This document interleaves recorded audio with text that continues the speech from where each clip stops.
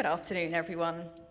My name is Dr. Niki Rust, and I'm here to talk to you today about how there is hope in solving the climate crisis, and that hope lies partly in the food that we produce and we consume. So I am honoured to work at the Climate Change Committee. Now, the Climate Change Committee is the UK's independent advisor on climate change. We work for the UK government, and we advise on how well or not so well the government is doing on reducing emissions and adapting to climate change. And I have the fantastic job of leading the team that works on land, agriculture, and nature. But today, like I say, I wanted to focus on food.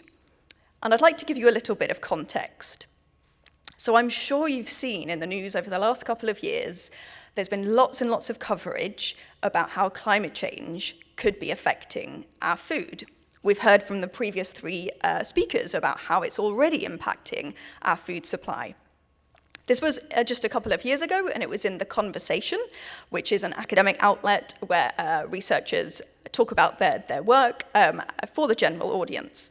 And this was in 2021, where a researcher said that in the future, climate change could impact our food supply and cause escalating food prices. And then, just a year later, in The Guardian, there was actually lots of news articles in 2022 about how droughts in Northern Africa and Southern Europe could be impacting UK food supplies, as well as war in Ukraine. And then just a few months later, there was lots of articles, this was in the BBC, where they were talking about the food shortages that we were suffering from in the UK. And just to put this into context, when you went into a supermarket in the UK at the beginning of this year, it wasn't certain that you would find lots of types of fruits and vegetables. I don't know if it was the same in the US. You maybe have better supply chains than we did in the UK, but there was a time where I just could not, for the life of me, find some tomatoes. So that's not just affecting the supply, it's also affecting prices. This is showing inflation in the UK over the last couple of years. And the top bar, the one in kind of an aubergine colour, that is showing the food prices, the food price rises that's contributing to inflation. And a think tank estimated that in 2022, climate change alone was putting almost $18 a month onto household food bills. So this is showing climate change is here. It's already affecting our food supply, and it's already affecting our food prices. But I'd also like to talk to you about how the food that we grow and consume is contributing to climate change. So, about a third of emissions globally come from agriculture. And of that, about half come from livestock. The other half come from things like growing crops. And in the UK, the Climate Change Committee, the CCC, we've estimated about 11% of our total emissions come from agriculture. That's because we have a slightly more efficient way of producing food, and we use lots of pesticides and insecticides and things that mean that our production is a little bit more efficient. But again, we're seeing a similar sort of trend that about half of emissions are coming directly from what's called enteric fermentation. It's a fancy way of basically saying cow and sheep burps. So cows and sheep are ruminant animals. They have foregut, they're foregut fermenters, and when they are fermenting that food, they then burp out methane. And methane is a very potent greenhouse gas.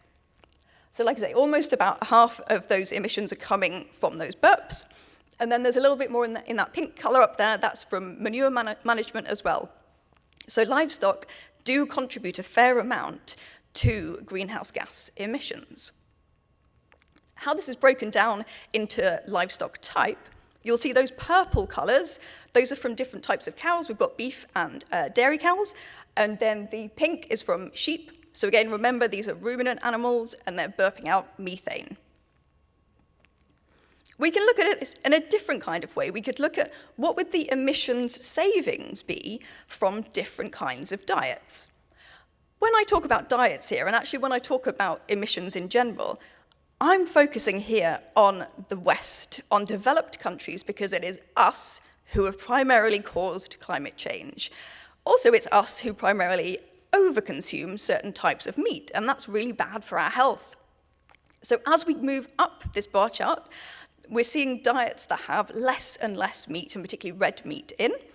You get right to the very top there, where vegans, and that's having the biggest greenhouse gas emissions savings.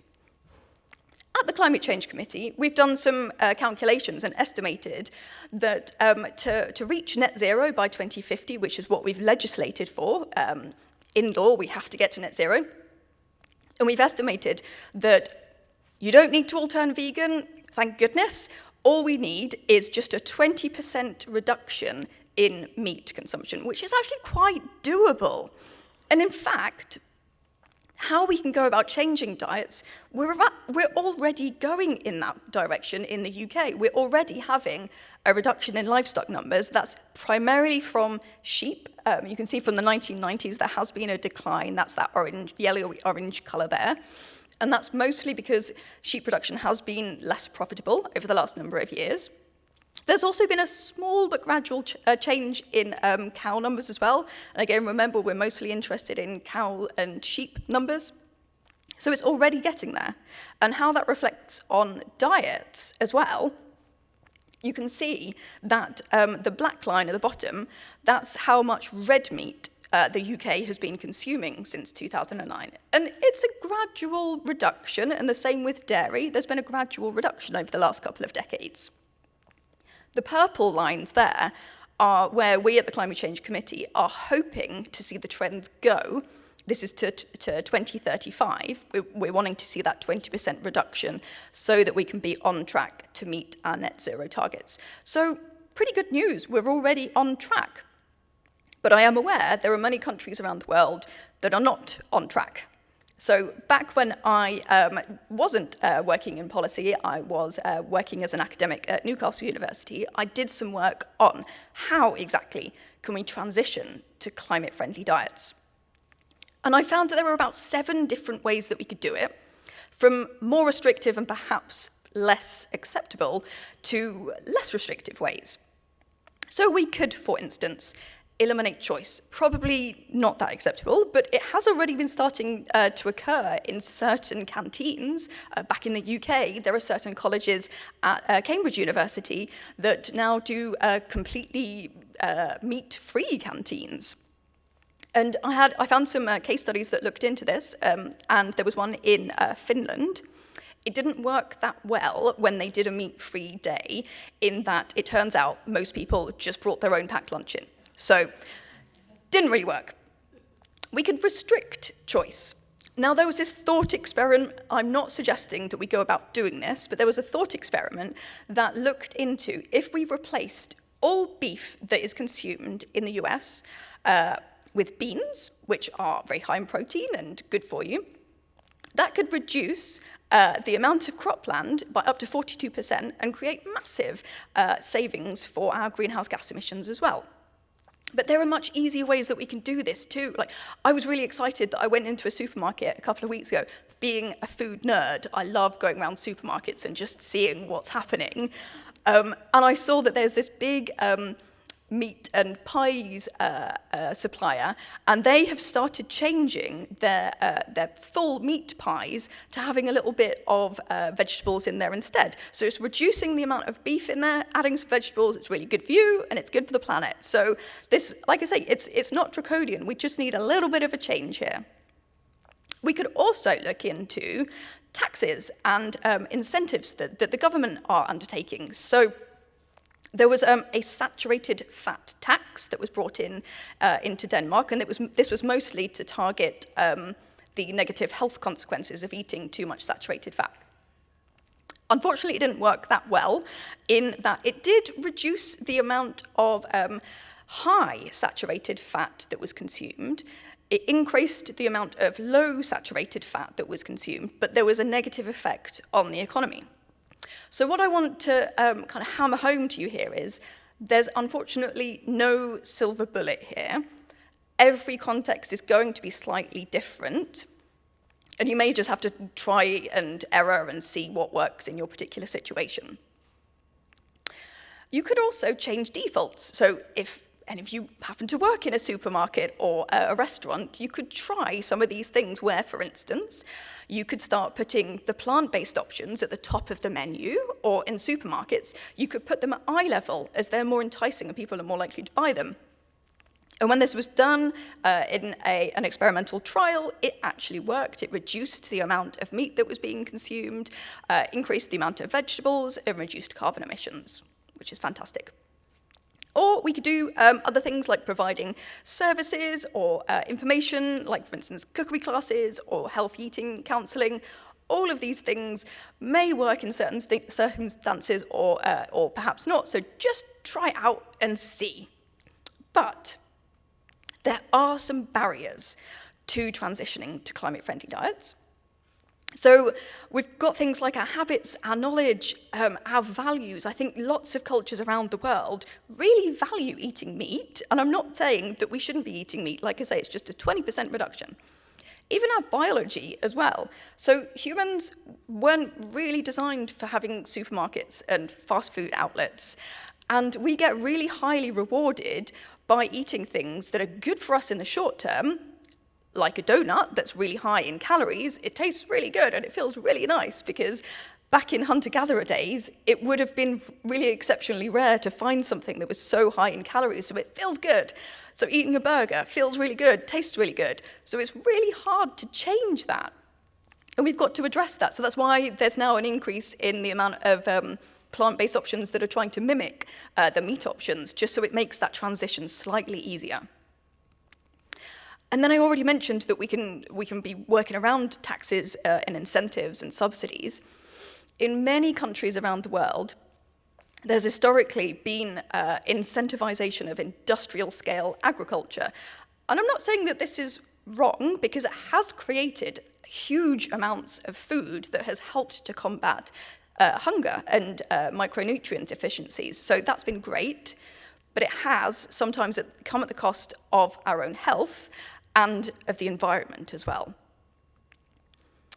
I can't talk about food without talking about the power of some of these agri-food companies. I don't know if you saw in the news just a couple of weeks ago, or maybe it was last week, that Cargill have been, they may have had a lawsuit put against them because of not doing enough to take deforestation out of their supply chains. Cargill are one of the biggest grain traders in the world, and if we don't have these types of companies on board with getting climate-friendly diets, we're going to be an uphill struggle.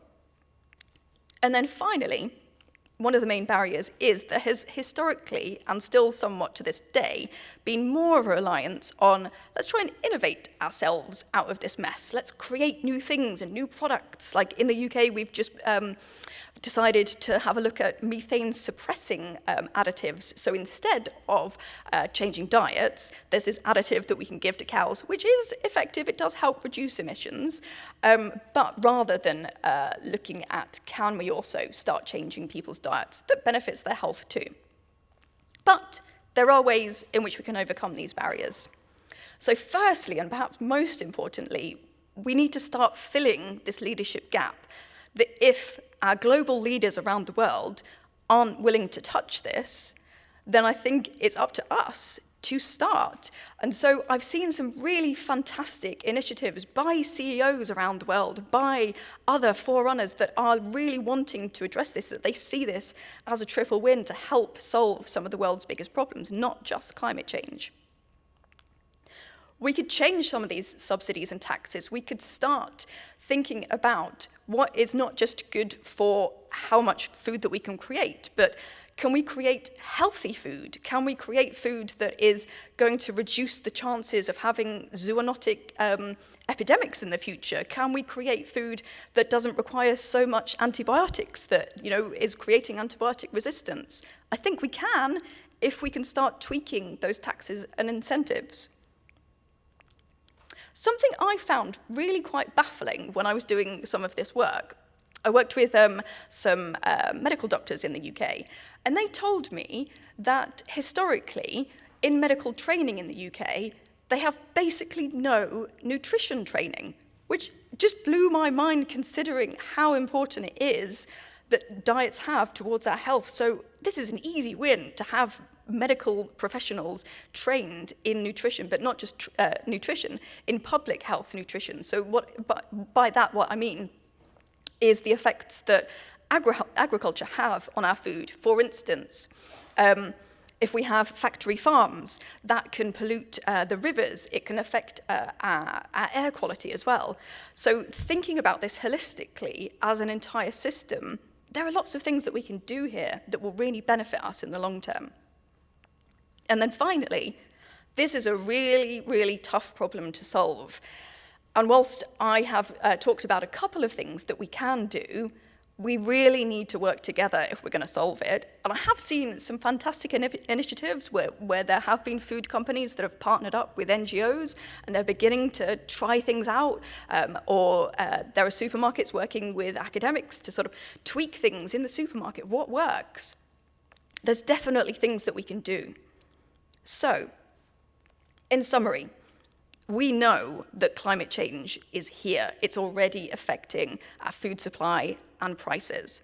But we also know that the way in which we grow and consume food is contributing to the climate crisis as well. And as I mentioned towards the start, about 50% of agricultural emissions come from livestock. And so diets are key in helping us transition to a net zero future. So I hope that this talk has given you hope that whoever you are, whether you work for a food company, if you're an academic, or if, like me, you just love food, you can choose every single day, 3 times a day, to think about what food are you putting on your plate and in your mouth that will help solve the climate crisis. Thank you very much.